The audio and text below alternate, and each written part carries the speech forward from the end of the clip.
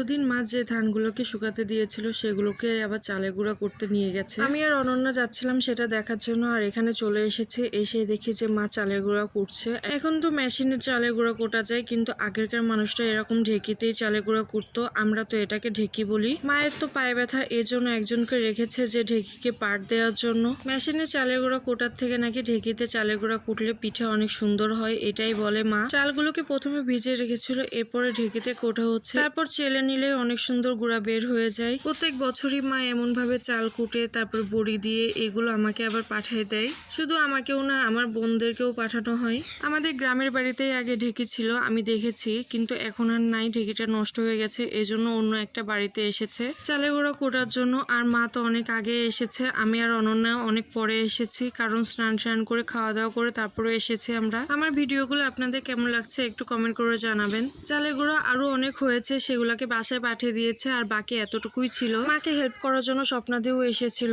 স্বপ্নাদি হচ্ছে আমার মাসতুতো বোন, আমার নিজের মাসতুতো বোন, তারপরে আবার জিয়ারতুতো বৌদি। আমার চালের গুঁড়া কোটা দেখে অনেক বেশি ভালো লাগছিল, তাই বললাম যে দেখি আমি একটু পারি কিনা, তাই ট্রাই করছিলাম। তাই মাকে বললাম যে তুমি সাবধান হয়ে, না হলে হাতে লেগে যেতে পারে। কিন্তু দেখলাম যে আমি ভালোই পেরেছি, কিন্তু মা বলছিল যে তোর কষ্ট হবে, তোর আর পাট দিতে হবে না। মারা এমনই হয়, সন্তানদের কষ্ট সহ্য করতে পারে না। আর এতটুকু চাল বাকি। মা জিজ্ঞেস করছিল যে কি পিঠা খাবো, আমি বললাম যে তুমি যেটা বানাবা সেটাই খাবো আমি। ধান শুকানোর থেকে শুরু করে চালে গুঁড়ো কোটাও আপনাদের সাথে শেয়ার করলাম। এবার তো পিঠা বানাইলে আপনাদের সাথে অবশ্যই শেয়ার করব, আর কি কি পিঠা বানালাম এই চালে গুঁড়া দিয়ে সেটাও শেয়ার করব। মার আর খুব বেশি একটা বাকি নেই, মারা একটু পরে চলে আসবে, তাই আমি আর অনন্যা বাসাতেই চলে যাচ্ছিলাম। যাওয়ার সময় দুজনে দুইটা ভাজা কিনে নিয়েছি, ভাবলাম যেতে যেতে খাবো। আর আমার তো বেবি ভাজা খেতে অনেক বেশি ভালো লাগে, সেই জন্য দুইটাই বেবি ভাজা কিনেছি, কারণ অনন্যারও অনেক বেশি পছন্দ বেবি ভাজা, তাই দুইটাই বেবি ভাজা নিয়েছি। স্কুলে থাকতে আমি এই ভাজাটা অনেক বেশি খেতাম, আর টিফিনের টাইমে খেতাম, তো তখন প্রচুর ঝাল লেগে যেত, আর এক পট করে জল খেয়ে নিতাম। আর এই যে আমাদের বেবি ভাজা, আর বাসায় এসে দেখি যে বৌদি আমাদের জন্য পিঠা এনেছে। এটা রসে ভেজানো পিঠা, কিন্তু রস দিয়ে ভেজানো হয় নাই, দুধ দিয়ে ভেজানো হয়েছিল। ওখান থেকে ভাবলাম যে চল একটু নদী পাড়িতে যাওয়া যাক, ওখানে অনেক রোদ্দুর আছে, সেখানে যেয়ে বসি।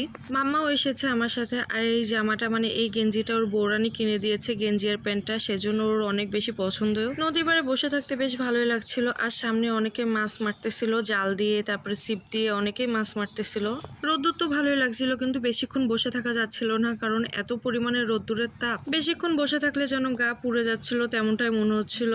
তাই আর এখানে বেশিক্ষণ বসবো না, এখনই বাসায় চলে যাব। আর বাসাতেও চলে এসে দেখি দাদা চলে এসেছে। অরিত্র তন্ময়কে নিয়ে তো দাদা শ্বশুরবাড়িতে গেছিল, আর আজকে চলে এসেছে। অরিত্র তন্ময় যে অনেকগুলো মাছ ধরেছে বৌদিদের পুকুর থেকে, সেগুলাই আবার পাঠিয়ে দিয়েছে মা, সেগুলোই কাটাকুটি করছিল। আর এদিকে সন্ধ্যার সময় মা ওই চালের গুঁড়া দিয়ে আবার পিঠা বানিয়েছে। চালের গুঁড়ো কুটে আনার পরে নাকি রেখে দিতে হয় না কোনো পিঠা বানাইতে হয়, এর জন্য মা আজকে তেলের পিঠা বানিয়েছে। আর আমার তো তেলের পিঠা খেতে বেশ ভালোই লাগে, তাছাড়া আরো অনেক পিঠা আছে, সেগুলো খেতেও ভালো লাগে। এদিকে অনন্যা প্র্যাকটিক্যাল করছিল আর পিঠা খাচ্ছে।